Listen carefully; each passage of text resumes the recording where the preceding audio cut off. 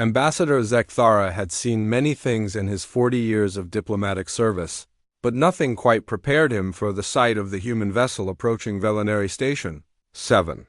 The ship was pristine white with elegant curves that seemed to flow like water frozen in space. Every surface gleamed as if it had been polished moments before arrival.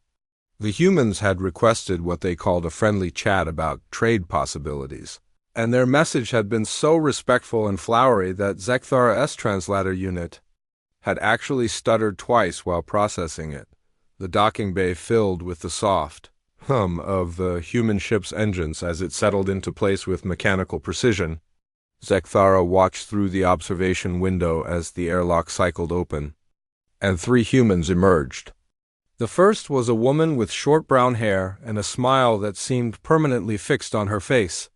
She wore a simple blue uniform with no visible weapons or rank insignia. Behind her came a tall man carrying what appeared to be several gift baskets, wrapped in colorful ribbons. The third human was an older woman with gray hair who moved with the confidence of someone accustomed to command. Lisa. Morgan stepped forward first and bowed in the traditional Velinary greeting style. Her pronunciation of the ceremonial words was flawless, which immediately set off warning bells in Zekthara's mind. Humans had only made contact with the Velinary 6 months ago, yet this woman spoke their formal language like someone who had studied it for years. "Honored Ambassador Zekthara," Lisa said, her voice warm as summer honey, "we are absolutely delighted to meet you in person. Your reputation for wisdom and fairness has reached even our distant worlds. We come with the deepest respect for your ancient and noble civilization." Zekthara felt his dorsal spines prickle with ancestral warning. In his experience, the more compliments a diplomat offered in the first meeting, the more dangerous they were likely to be. The humans seemed to sense his hesitation because Lisa's smile grew even warmer. "Please forgive our enthusiasm," she continued. "We are still learning proper protocols. Captain Jake Collins here brought some small gifts from our worlds as a gesture of friendship. We hope they might provide a pleasant introduction to human culture." Jake stepped forward and presented the baskets with another perfect Velinary bow. "These are local delicacies from 12 different human worlds," he said. "We thought you might enjoy sampling our diversity." Zekthara accepted the gifts with growing unease. 12 different worlds meant the humans had either been planning this meeting for months or they had an extensive trade network that no one in the galaxy knew about. Both possibilities were concerning. The meeting room was prepared according to Velinary customs, with low seating and the traditional blue lighting that helped their species think clearly. Lisa and her team adapted to the environment without comment, settling into the uncomfortable chairs as if they had used them all their lives. The older woman, who introduced herself as Dr. Helen Wright, produced a small device that projected a 3-dimensional map of local space. "We've been studying your beautiful territory," Lisa said, gesturing to the map. "The way your people have managed to maintain peaceful borders for over 3 centuries is truly inspiring. We've read about your historical conflicts with the Corvan Empire and how brilliantly your ancestors resolved those disputes." Zekthara's secondary heart stopped beating. The Corvan situation was not historical, it was very much ongoing, and the details were classified at the highest levels of government. No foreign species should have known about the mining disputes or the territorial boundaries that had been secretly redrawn 15 years ago. "We understand that trade relationships can be complex," Dr. Wright added helpfully, "especially when dealing with neighbors who might not share your commitment to honorable business practices. We've noticed that the Corvan Empire has been expanding their mining operations in the Theta sector, which must create interesting challenges for your shipping routes." The temperature in the room seemed to drop several degrees. The Theta sector mining operations were not just classified, they were completely unknown to anyone outside the inner circle of Velinary leadership. Zekthara had been personally involved in planning the secrecy measures that surrounded those operations. Yet this human woman spoke about them as casually as discussing the weather. Lisa leaned forward with genuine concern in her eyes. "We hope we haven't said anything inappropriate." We're still learning about galactic politics, and sometimes our research is more thorough than necessary. We simply want to understand the challenges our potential partners face so we can offer appropriate assistance. Jake opened his datapad and displayed a series of charts showing trade flows through Velinary space. "We've been impressed by your efficiency in managing cargo transfers," he said. "Your people move goods through the sector faster than anyone else in the galaxy. We're particularly interested in how you've managed to maintain such excellent relationships with the independent freighter captains." The charts on Jake's pad showed shipping routes that included several that were supposed to be secret military supply lines. The data was more accurate than what Zekthara had in his own classified files. Somehow, the humans had not only discovered these routes but had mapped them in detail. "We're always eager to learn from experienced traders," Lisa said. "Perhaps there are ways we could contribute to your existing operations. Human ships use quantum tunnel drives that are somewhat different from your current technology. We might be able to offer technical insights that could improve efficiency," Dr. Wright nodded enthusiastically. "Our engineers have been studying Velinary ship designs and they're quite impressed. The way you've adapted traditional tunneling technology to work with your unique gravitational sensors is brilliant. We have some ideas about how to enhance the power efficiency of those systems." Zekthara realized that the humans were not just aware of Velinary technology, they had analyzed it in enough detail to suggest improvements. This level of technical knowledge would require access to classified engineering databases or physical examination of Velinary vessels. The conversation continued for 2 hours, with the humans asking polite questions and offering helpful suggestions. They praised Velinary culture, complimented their military traditions, and expressed genuine admiration for their approach to governance. Every compliment was accompanied by a demonstration of knowledge that should have been impossible for them to possess. When the meeting concluded, Lisa stood and bowed again. "This has been absolutely wonderful," she said.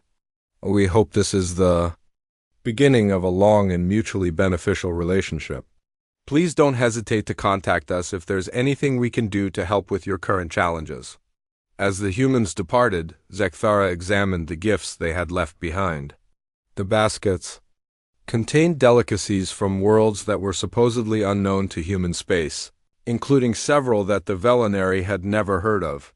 Hidden beneath the food was a datapad containing what Lisa had called helpful suggestions for improving Velinary infrastructure. The suggestions were detailed technical specifications for upgrading power grids, transportation networks, and communication systems. Each recommendation revealed intimate knowledge of Velinary weaknesses and blind spots. The improvements would genuinely benefit his people, but they would also make it much easier for someone to monitor or infiltrate Velinary systems. Zekthara sat alone in the empty meeting room, staring at the datapad and feeling a chill that had nothing to do with the temperature. The humans had been perfectly polite, genuinely helpful, and absolutely terrifying. They had demonstrated capabilities that suggested they had been watching the Velinary for years, yet they had done so with such courtesy that it felt like friendship rather than espionage. The most disturbing part was that everything they offered was exactly what the Velinary needed. The trade agreements would solve their economic problems. The technical upgrades would improve their infrastructure. The assistance with Corvan relations would end a conflict that had drained their resources for decades. The humans were offering solutions to problems that the Velinary had never admitted they had, and doing so with smiles that seemed completely sincere. The emergency session of the Galactic Council had never been called with such urgency. Representatives from 17 different species filled the great circular chamber on Nexus Prime, their various forms of agitation creating a symphony of clicks, growls, and nervous energy that echoed off the crystalline walls. Council leader Mordek of the Hegemony stood at the center podium, his massive frame casting shadows across the assembled delegates. "We are here because of the humans," Mordek announced, his voice carrying the weight of authority that had kept peace in the galaxy for over 2 centuries. In the past 6 months, every species in this chamber has reported similar encounters with human diplomatic teams. The pattern is too consistent to ignore. A ripple of agreement passed through the chamber. The Zephyrian delegate's crystalline form chimed softly in acknowledgement. The Throken representative's tentacles curled tighter around his speaking device. Even the normally composed ethereal council member seemed to shimmer with nervous energy. Morduk continued, I will share my own experience first. 3 months ago, human negotiator Peter Walsh requested a meeting to discuss cultural exchange programs. He arrived with a team of 12 specialists, each one more polite and respectful than the last. They spent the first hour praising our military traditions with such detail that I wondered if they had served in our forces. The hegemony leader's scarred hide rippled with remembered unease. Walsh knew the names of generals who had died in classified operations. He quoted sections of our tactical manuals that are restricted to the highest military ranks. He complimented our robust defense spending while mentioning exact budget figures that are known only to our financial council. Delegate Vixtala of the Aquatic Consortium spoke next, her voice carrying the musical quality of her water-dwelling people. The humans sent an environmental specialist named Carol Martinez to discuss ocean preservation techniques. She arrived with detailed analyses of our coral cities, including structural surveys that would have required underwater access to our most protected sites. The chamber filled with the sound of disturbed breathing as more delegates recognized the pattern. Vextala's bioluminescent patches flickered with anxiety as she continued. Martinez praised our commitment to sustainable living while casually mentioning the declining fertility rates in our northern colonies. Those rates are medical data that we have shared with no one. She offered to help us develop new breeding programs using human biotechnology.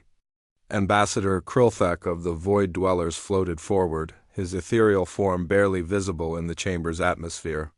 The human called Danny Foster came to our deep space station speaking of the beauty of our nomadic lifestyle.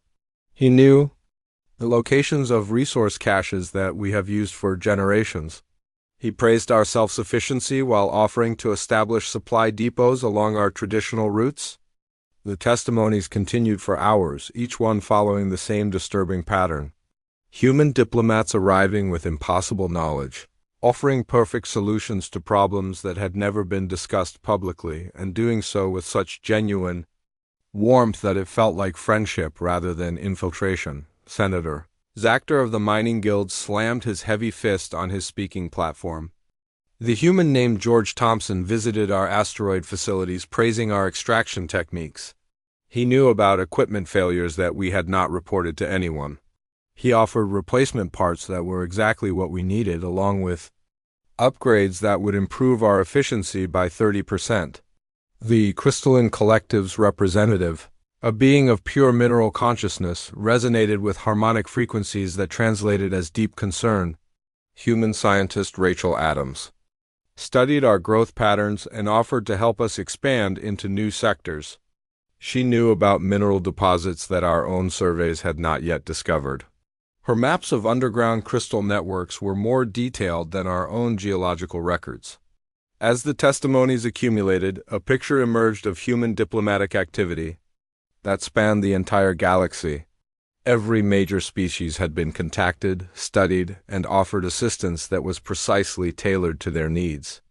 The humans never demanded anything in return, never appeared threatening, and never claimed more than they were freely given. Dr. Elena Rodriguez appeared via hologram in the center of the chamber, her image flickering slightly due to the vast distance from human space.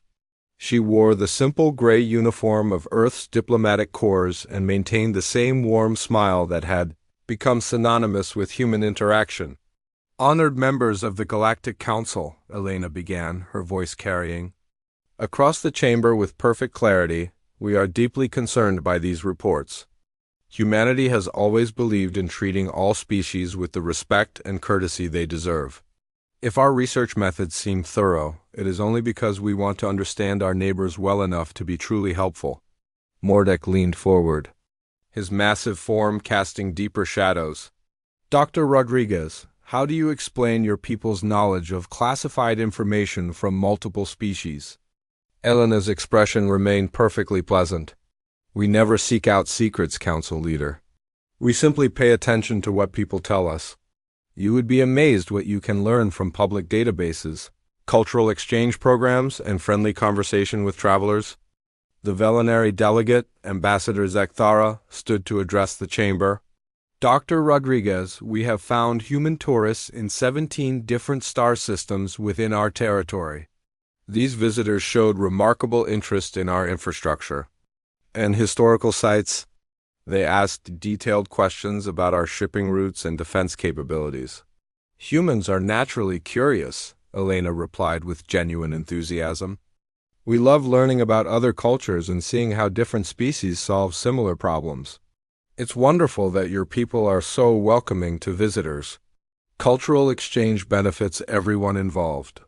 The Corvan representative, General Hackstall, rose with obvious agitation.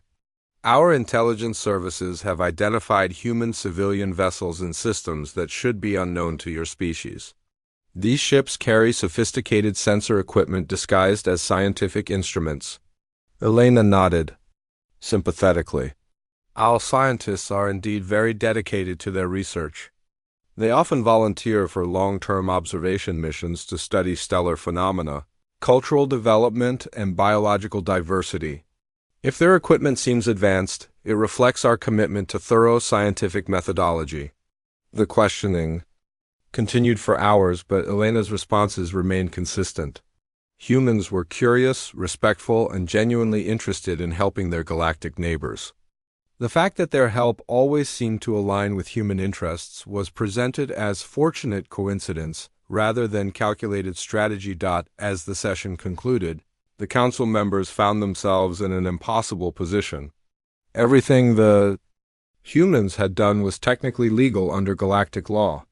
They had not threatened anyone, stolen anything, or broken any treaties. They had simply been helpful, knowledgeable, and incredibly persistent in their desire to assist other species. The final vote was unanimous but largely symbolic. The Council issued a formal statement requesting that all species exercise appropriate caution when dealing with human diplomatic missions. The statement included the phrase that would become legendary throughout the galaxy: "The more courteously they speak, the faster you should run." Elena's hologram flickered one final time before disappearing. Her parting words echoed in the chamber. Long after her image faded, we look forward to continuing our positive relationships with all members of the galactic community. Please don't hesitate to contact us if there's anything we can do to help. In the silence that followed, 17 different species contemplated the same unsettling realization. The humans had not conquered anyone, but somehow they had made themselves indispensable to everyone. The century-long war between the Corvan Empire and the Velinary Confederation had reached a point where both sides were bleeding resources faster than they could replace them. The disputed star systems contained valuable mining operations that neither species could afford to lose, but neither could afford to keep fighting over them. Trade routes that had once brought prosperity now carried only military supplies and refugees fleeing the endless skirmishes. Into this deadlock stepped Nathan Brooks, a human mediator whose reputation for solving impossible conflicts had somehow reached both warring parties simultaneously. He arrived at the neutral space station with a small team that included economic advisor Karen Thompson and cultural specialist Lisa Morgan, the same diplomat who had made such an impression on the Velinary months earlier. Nathan's first meeting with the Corvan delegation was a masterpiece of diplomatic theater. He entered the conference room with the measured steps of someone who understood the weight of the moment, bowing to each delegate in the precise manner that Corvan military tradition demanded. His uniform was simple black with no decorations, showing respect for their warrior culture while avoiding any appearance of trying to match their ceremonial dress. "Honored warriors of the Corvan Empire," Nathan began, his voice carrying the formal cadence that Corvan officers used when addressing their superiors. "We come before you not as judges, but as humble students hoping to learn from your experience. Your people have shown remarkable courage in defending their ancestral claims, and your tactical innovations have been studied throughout the galaxy." General Vaxthol, the Corvan military commander, felt his combat instincts stir at the compliments. In his experience, enemies who praised your strength were usually preparing to exploit your weaknesses. Yet Nathan's manner seemed genuinely respectful, and his knowledge of Corvan military history was impressive enough to be either sincere or extremely well-researched.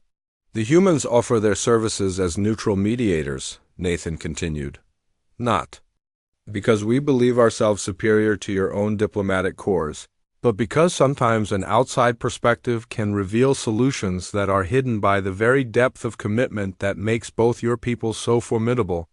Karen Thompson opened her datapad and displayed a series of economic projections that made the Corvan delegation shift uncomfortably in their seats.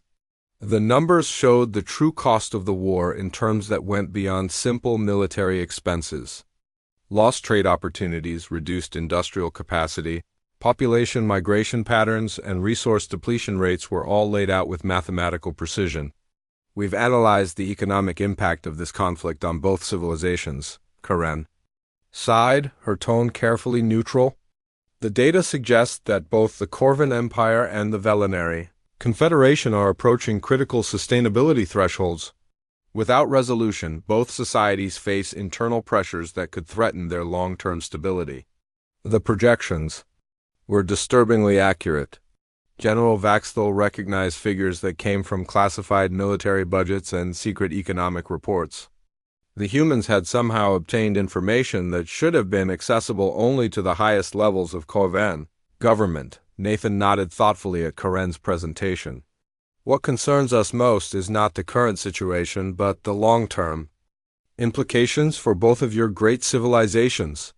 The galaxy needs the Corvan Empire's strength and the Velinary Confederation's wisdom. Losing either would diminish us all. When the Velinary delegation arrived 3 days later, Nathan's approach was subtly different but equally effective.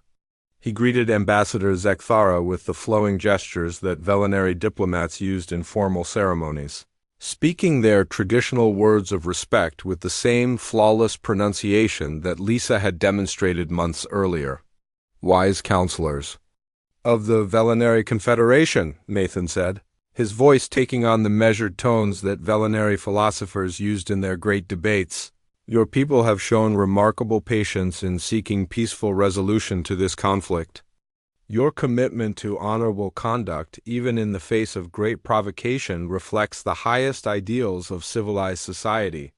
Lisa Morgan presented the Velinary delegates with detailed cultural analyses that showed how the war was affecting both societies beyond the immediate military casualties. Population displacement, cultural disruption, and the gradual militarization of civilian society were all documented with the thoroughness that suggested years of careful observation. We've been studying the social impact of prolonged conflict, Lisa explained, her manner as warm and engaging as ever. Both the Corvan and Velinary peoples have rich cultural traditions that are being strained by the demands of constant warfare. We believe that preserving these traditions should be a priority in any peace negotiation. The information Lisa presented included details about Velinary society that were not common knowledge even among their own people. Birth rates in different sectors, changes in educational priorities, shifts in religious practices, and the psychological effects of war on civilian populations were all discussed with the familiarity of someone who had spent years living among them. Nathan's mediation strategy became clear as the negotiations progressed. He never proposed solutions directly, instead asking questions that led both sides to discover answers for themselves. He highlighted shared interests that both species had overlooked, pointed out mutual benefits that neither side had considered, and gently guided the discussions toward areas where compromise was possible. The disputed mining operations in the Theta sector represent significant value to both peoples. Nathan observed during one session, the Corvan Empire needs the rare metals for their ship construction programs, while the Velinary Confederation requires the energy crystals for their terraforming projects. Perhaps there are ways to share these resources that would benefit both civilizations. The solution Nathan helped both sides discover was elegant in its simplicity. Joint mining operations would be more efficient than competing ones, shared transport systems would reduce costs for both species, and combined research efforts could develop new extraction techniques that would benefit the entire galaxy. Karen. Thompson's economic models showed how cooperation could revitalize both economies. The savings from ending the war could be invested in infrastructure improvements that would create jobs and opportunities for veterans returning to civilian life. Joint development projects could open new markets and trade routes that would benefit both civilizations. Most impressive was Nathan's knowledge of the real reasons behind the conflict. He casually mentioned the archaeological sites that both sides were trying to protect, the strategic importance of certain star systems for future expansion, and the domestic political pressures that had made compromise difficult for both governments. We understand that this conflict has become about more than just mining rights, Nathan said during a private session with both delegations. The discovery of the ancient ruins in the Gamma Quadrant has raised questions about historical claims that go back thousands of years. Both peoples have legitimate interests in preserving these sites for future study. The final agreement was everything both sides had secretly hoped for but never dared to ask for directly. The Corvan Empire gained access to the mineral resources they needed for their expansion plans, while the Velinary Confederation secured the energy supplies required for their terraforming projects. Both species would share custody of the archaeological sites, with joint research teams studying the ancient ruins. Most significantly, the agreement included provisions for human involvement in implementing the peace treaty. Human transport vessels would carry goods between the former enemies. Human technical advisors would help establish the joint mining operations, and human diplomatic observers would monitor compliance with the agreement. By the time the signing ceremony concluded, both the Corvan Empire and the Velinary Confederation had achieved their primary objectives. The war was over, their economies would recover, and their peoples could return to peaceful development.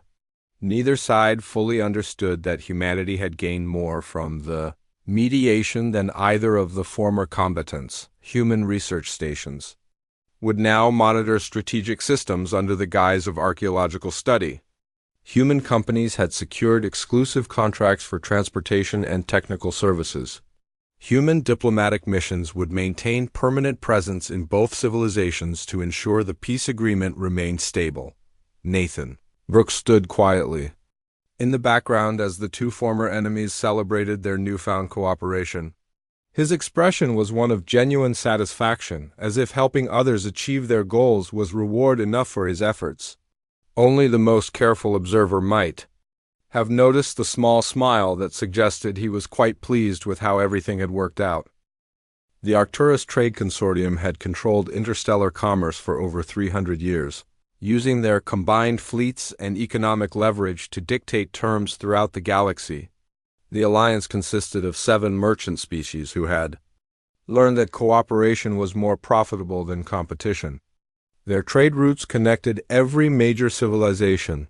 Their banks financed most large-scale construction projects, and their arbitration courts settled disputes that could otherwise lead to war. The first sign of trouble came when human trade. Representative Amanda Foster requested permission to observe consortium operations for what she called a cultural exchange program. Amanda arrived at the consortium headquarters on Meridian Prime with a team of economists, logistics specialists, and cultural attaches, who seemed genuinely excited to learn from the galaxy's most successful trading alliance. "We are absolutely honored to be here," Amanda said during her introductory meeting with the consortium board of directors. "Human merchants have so much to learn from your incredible success. The way you've managed to coordinate shipping routes across 17 different star systems while maintaining competitive pricing is truly inspiring." Board Chairman Nexville of the Thurkari Merchant Guild felt a familiar unease at Amanda's enthusiastic praise. In his 2 centuries of business experience, he had learned that competitors who complimented your success were usually planning to undermine it. Yet Amanda's manner seemed completely sincere, and her team took detailed notes on everything from cargo handling procedures to fuel efficiency calculations. Human logistics specialist Greg Martinez spent weeks analyzing consortium shipping routes, creating detailed maps that showed cargo flows, transfer points, and delivery schedules with mathematical precision. His observations were presented as academic research rather than competitive intelligence, but the depth of his analysis revealed patterns that even consortium planners had not recognized. "Your route optimization is remarkable," Greg told the Thrakari logistics coordinator during one of their regular meetings. "We've been studying how you manage to minimize fuel costs while maximizing cargo capacity. The way you've arranged relay stations throughout the Outer Rim is particularly clever." The Thrakari coordinator was pleased by the compliment until Greg showed him alternative routing patterns that could reduce shipping times by 15% while cutting fuel consumption by nearly 20%. The improvements were genuine and would save the consortium millions of credits annually, but they would also redirect a significant portion of galactic trade through systems where humans had recently established trading posts. Human financial analyst Mary Johnson spent her time studying consortium banking practices and investment strategies. She praised their conservative approach to risk management while quietly documenting every financial relationship, credit arrangement, and resource dependency that held the alliance together. "Your financial stability is enviable," Mary told the Kepler Banking Authority representative during a formal dinner. "The way you've managed to maintain consistent profit margins while supporting member species through economic difficulties shows real wisdom. We're particularly impressed by your approach to currency exchange rate management." Mary's analysis revealed that the consortium's strength was also its greatest weakness. The alliance depended on each member species maintaining specific economic roles that had evolved over centuries. The Thrakari provided shipping services, the Kepler species managed banking and finance, the Vorthan controlled manufacturing, and 4 other species filled supporting roles in the vast commercial network. Cultural attach. Robert Chen conducted what appeared to be purely academic research into the social dynamics of multi-species cooperation. He interviewed thousands of consortium employees, attended cultural festivals, and documented the complex web of relationships that made the alliance function. His research was presented as a study of successful interspecies collaboration, but it revealed tensions and disagreements that had been carefully hidden from public view. "The cultural integration you've achieved is remarkable," Robert told a gathering of consortium cultural leaders. "The way different species have learned to work together while maintaining their distinct identities could serve as a model for the entire galaxy. We're particularly interested in how you've resolved conflicts between different business philosophies." Robert's interviews revealed that the consortium's unity was more fragile than it appeared. The Thrakari resented their role as glorified freight haulers and wanted to expand into manufacturing. The Kepler banks were concerned about overextension and wanted to reduce their support for risky ventures. The Vorthan manufacturers felt that their products were undervalued compared to what they could earn in independent markets. The humans never criticized consortium practices or suggested that changes were needed. Instead, they simply asked questions that encouraged different species to think about alternatives they had never considered. They provided information that helped each group understand their true economic position within the alliance. They facilitated discussions that allowed long-suppressed grievances to surface in what appeared to be friendly academic settings. Amanda Foster's final report to the consortium board was a masterpiece of diplomatic analysis. She praised their achievements while identifying opportunities for improvement that would benefit everyone involved. The report contained detailed recommendations for streamlining operations, expanding into new markets, and restructuring financial arrangements to better reflect each species' contributions. "We've learned so much from observing your operations," Amanda told the assembled board members. "Your success proves that cooperation between different species can create prosperity that benefits everyone. We hope our analysis might help you build on that success." The report's recommendations were carefully crafted to appear mutually beneficial while actually encouraging each species to pursue their individual interests rather than collective goals. Suggestions for operational independence would reduce interdependence between member species. Proposals for competitive bidding on internal contracts would pit former allies against each other. Recommendations for expanding into human-controlled markets would create new dependencies that could be exploited later. The dissolution of the Arcturus Trade Consortium began 6 months after the humans departed. It started with small disagreements about shipping priorities and escalated into major disputes about resource allocation. The Thrakari Merchant Guild announced that they would begin offering independent shipping services to non-consortium clients. The Kepler Banking Authority reduced credit availability for what they called high-risk ventures. The Vorthen manufacturers started negotiating direct contracts with buyers instead of working through consortium distribution networks. Each decision was economically rational from the perspective of individual species, but collectively they undermined the cooperation that had made the consortium successful. As trust eroded between former partners, the alliance that had dominated galactic commerce for centuries began to fragment. The humans watched these developments with expressions of genuine concern and sadness. When fighting broke out between former consortium members over disputed contracts and territorial rights, human mediators volunteered to help resolve the conflicts. Their interventions were welcomed by all sides because humanity had maintained friendly relationships with every consortium species. Chief Human Diplomat Robert June addressed an emergency session of consortium leadership with obvious distress in his voice. "We are deeply saddened by these developments," he said. "The consortium has been such a stabilizing force in the galaxy. We would be honored to help our friends work through these difficulties if our assistance would be welcome." The mediation process that followed was designed to preserve what remained of the consortium while accommodating the individual needs of each member species. Human facilitators helped former allies negotiate new arrangements that reduced their mutual dependencies while maintaining limited cooperation in areas where it remained beneficial. The final agreements created a loose confederation of independent trading organizations rather than the tightly integrated alliance that had existed before. Each species gained greater autonomy and freedom to pursue their own interests, but they also lost the collective bargaining power and operational efficiency that had made them dominant in galactic commerce. Human shipping companies filled the gaps left by reduced consortium services. Human banks provided financing for projects that Kepler institutions no longer supported. Human manufacturers competed successfully with Vorthen products in markets that were no longer protected by consortium trade agreements. Within 2 years, humanity had become an essential partner for most former consortium members, while the alliance itself existed only as a shadow of its former power. The humans had achieved this transformation not through conquest or coercion, but by helping each species understand what they really wanted and showing them how to achieve it. 5 years had passed since humanity made first contact with the galactic community, and the transformation was remarkable in ways that few beings fully understood.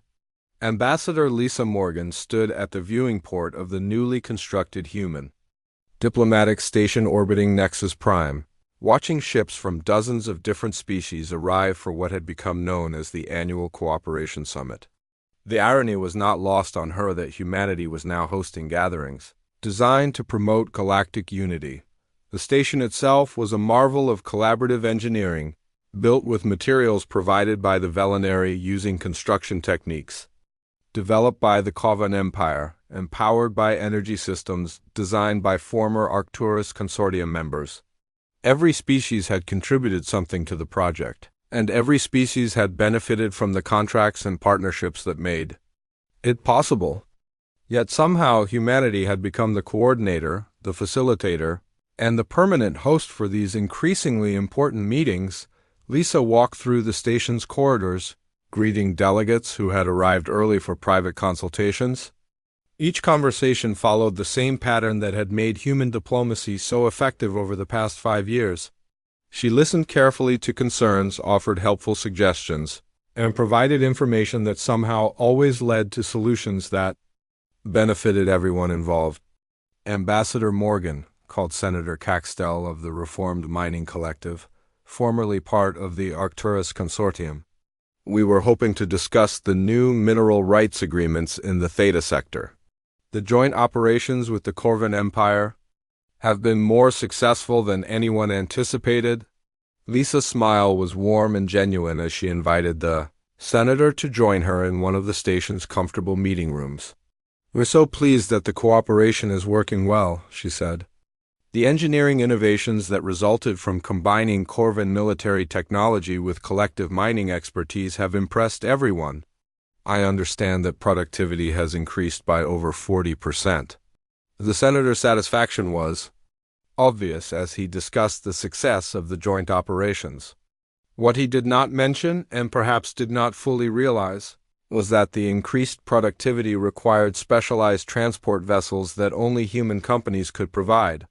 The refined materials were processed at facilities that used human-designed equipment, and the finished products were distributed through shipping networks that humanity had helped establish. Dr. Elena Rodriguez appeared on the main communication screen as delegates gathered in the Central Assembly Hall. Her role as humanity's chief coordinator for galactic affairs had evolved naturally from her earlier position as a simple diplomatic liaison.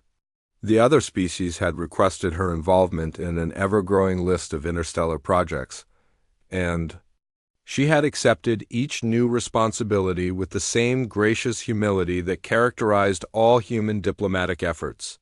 "Honored friends and partners," Elena said, her voice carrying clearly through the chamber's translation systems, "we gather today to celebrate 5 years of unprecedented cooperation between the peoples of our galaxy. The achievements we've witnessed together demonstrate what can be accomplished when different species work toward common goals." The assembled delegates represented nearly every major civilization in the known galaxy. Species that had been isolated for centuries now maintained regular communication through human-facilitated networks. Ancient enemies had become trading partners through human-mediated agreements. Resource disputes that had threatened wars were now resolved through human-designed arbitration systems. Elena continued her address, highlighting the remarkable progress that had been achieved through collaborative efforts. The galactic communication network that connected every inhabited system had been built using technology contributed by dozens of species but coordinated through human technical standards. The universal trade protocols that governed interstellar commerce were based on principles developed through human-mediated negotiations between former competitors. The peaceful resolution framework that had prevented 3 potential wars was administered by human diplomatic services that all sides trusted to remain neutral. "We're particularly proud of the Cultural Exchange Initiative," Elena said, gesturing to a display showing statistics from the past year. Over 12 million beings have participated in educational and cultural programs that have deepened understanding between our peoples. The research stations that have been established throughout the galaxy are producing discoveries that benefit everyone. The research stations were another example of humanity's subtle influence on galactic affairs. Each facility was jointly operated by multiple species, but they all used human-designed coordination protocols and shared their findings through human-managed databases. The scientific discoveries were indeed benefiting everyone, but humanity had become the primary repository for galactic knowledge and the coordinator for most major research projects. Ambassador Zekthara of the Velinary Confederation stood to address the assembly. His experience with human diplomacy had made him one of the more perceptive observers of humanity's growing influence, though even he did not fully understand the scope of what had been achieved. 5 years ago, we welcomed humanity to our galactic community with appropriate caution, Zekthara said. Today, we find ourselves partners in endeavors that have brought prosperity and peace to civilizations that had known neither for generations. The human approach to diplomacy has taught us that competition and cooperation are not mutually exclusive. The applause that followed Zekthara's comments reflected genuine appreciation for humanity's contributions to galactic affairs. Every species represented in the chamber had benefited from human involvement in their various projects and disputes. Trade was more profitable, conflicts were resolved more quickly, and technological advancement was proceeding at an unprecedented pace. What the assembled delegates did not fully recognize was the degree to which their various activities had become dependent on human coordination. The communication networks that connected their worlds used human-designed protocols. The shipping routes that carried their goods were managed through human logistics systems. The financial instruments that facilitated their trade were backed by human banking institutions. The technical standards that governed their joint projects were based on human-developed specifications. Lisa Morgan returned to the podium to close the ceremony with the announcement that had been anticipated throughout the galaxy. After extensive consultation with our partners, humanity is pleased to accept the invitation to establish permanent coordination offices in every major star system. These facilities will help ensure that the collaborative spirit we've built together continues to flourish. The Galactic Cooperation Accords that were signed that day formalized humanity's role as what the document called neutral facilitators for interstellar affairs. The agreement granted humans permanent observer status in all major governmental councils, established human mediation services as the preferred method for resolving disputes, and created a framework for expanded technical and cultural exchange. Programs. As the various delegations prepared to depart, many representatives expressed their satisfaction with how the galactic community had evolved over the past 5 years. The cooperation that had been achieved exceeded everyone's expectations, and the benefits were visible throughout civilized space. Back on Earth, the Department of Xenocultural Affairs updated their training materials for the next generation of human diplomats. The core principles remained unchanged from the beginning: be genuinely helpful, show sincere respect for other cultures, and never appear to seek more than you're freely given. The advanced courses now included detailed case studies of successful diplomatic missions and analysis of the psychological factors that made human approaches so effective. In a secure briefing room in Geneva, senior diplomatic officials reviewed humanity's position in galactic affairs with quiet satisfaction. The transformation had been achieved without firing a single shot, without breaking any laws, and without anyone feeling that they had been conquered or dominated. Every species in the galaxy genuinely believed that they had benefited from their relationship with humanity, and in most cases they were correct. The final report concluded with an observation that would have chilled the galactic community if they had seen it. The most successful diplomatic campaigns are those in which the subjects never realize they've been diplomatically engaged. When every interaction feels like friendship and every agreement seems mutually beneficial, influence becomes indistinguishable from cooperation. Humanity had achieved something unprecedented in galactic history. They had become indispensable to every major civilization, not through force or coercion, but by making themselves genuinely useful. The secret to their success was simple: when everyone believes they're getting exactly what they want, no one questions who's actually in control of the process. The galaxy was more peaceful, more prosperous, and more interconnected than it had ever been before.